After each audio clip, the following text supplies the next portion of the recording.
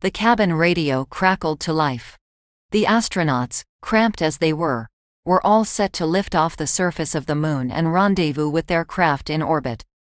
The two men had spent 48 hours on this desolate rock, watching their home hang unmoving in the sky, as if it were some great blue lamp. Outside the cabin window, the lunar regolith sat still and silent, undisturbed by wind or rain. Looking out at this bleak, colorless landscape, the men each sat, unsure whether to miss the embrace of the moon or eagerly await what lay for them back on Earth. Fate has ordained that the men who went to the moon to explore in peace will stay on the moon to rest in peace. The men have no more time to ponder.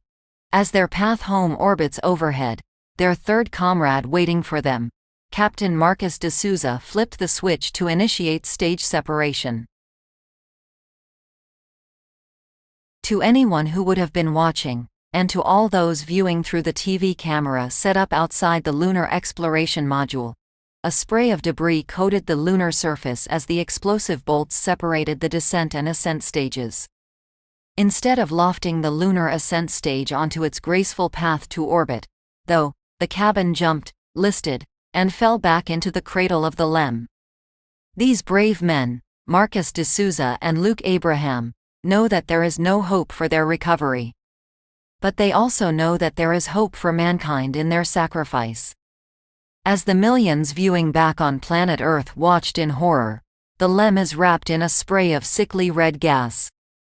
Though they may not have known what this meant, the astronauts aboard the vessel certainly did. It does not need to be said. The cabin remained silent until Luke Abraham put his hand to the radio transmitter. Houston, we've had a fuel leak on the APS, please advise. Over.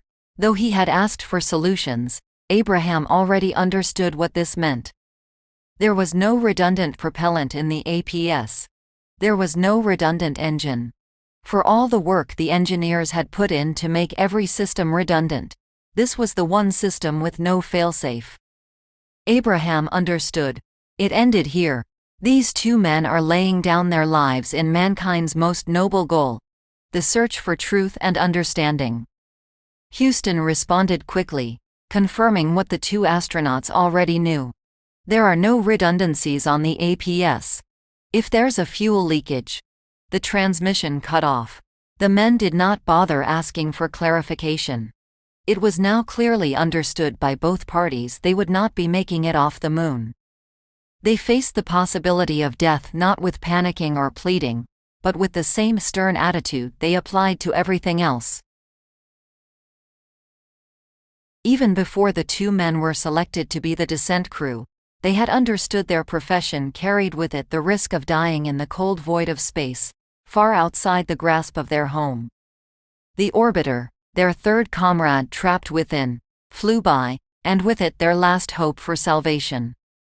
It hung suspended above the pitch-black sky, some shining artificial star, emblematic of the hubris of mankind. They will be mourned by their families and friends. They will be mourned by their nation. They will be mourned by the people of the world. They will be mourned by a Mother Earth that dared send two of her sons into the unknown. The astronauts knew their battery was depleting, and quite rapidly. They came to a wordless agreement to split the time left between them, and talk to those whom they had anything left to say to. Luke Abraham spoke over the radio to his family, to his sobbing wife, and to his children, who were much too young to truly grasp the situation, but to whom it was painfully clear that they would never feel their father's embrace again. As he listened, de Souza looked out the cabin window to the tranquil lunar landscape, stretching to infinity in his eyes. These are the sands of time, he thought. This regolith has been here for 1,000 years before our arrival, and it will stay the same 1,000 years after. In their exploration, they stirred the people of the world to feel as one. In their sacrifice, they bind more tightly the brotherhood of man. Abraham's time was up. As he said a tearful goodbye to the family he left 240,000 miles away over the radio, Marcus headed for the receiver. While he began to bid farewell to those he loved, Abraham began to dress himself in his spacesuit. Once D'Souza's line went dead, he turned and did the same. In ancient days, men looked at stars and saw their heroes in the constellations. In modern times, we do much the same, but our heroes are epic men of flesh and blood. Turning towards the airlock, both men stepped through the chamber and out into the harsh light of the lunar surface. Their feet, for the last time, kicked up undisturbed lunar regolith as the men headed for a nearby stone.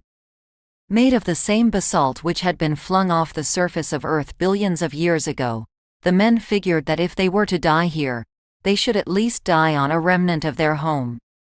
D'Souza closed his eyes, took a deep breath, and raised his visor, feeling the warmth of the sun caress his face one last time. This content is Creative Commons. Relevant attribution can be found in the description.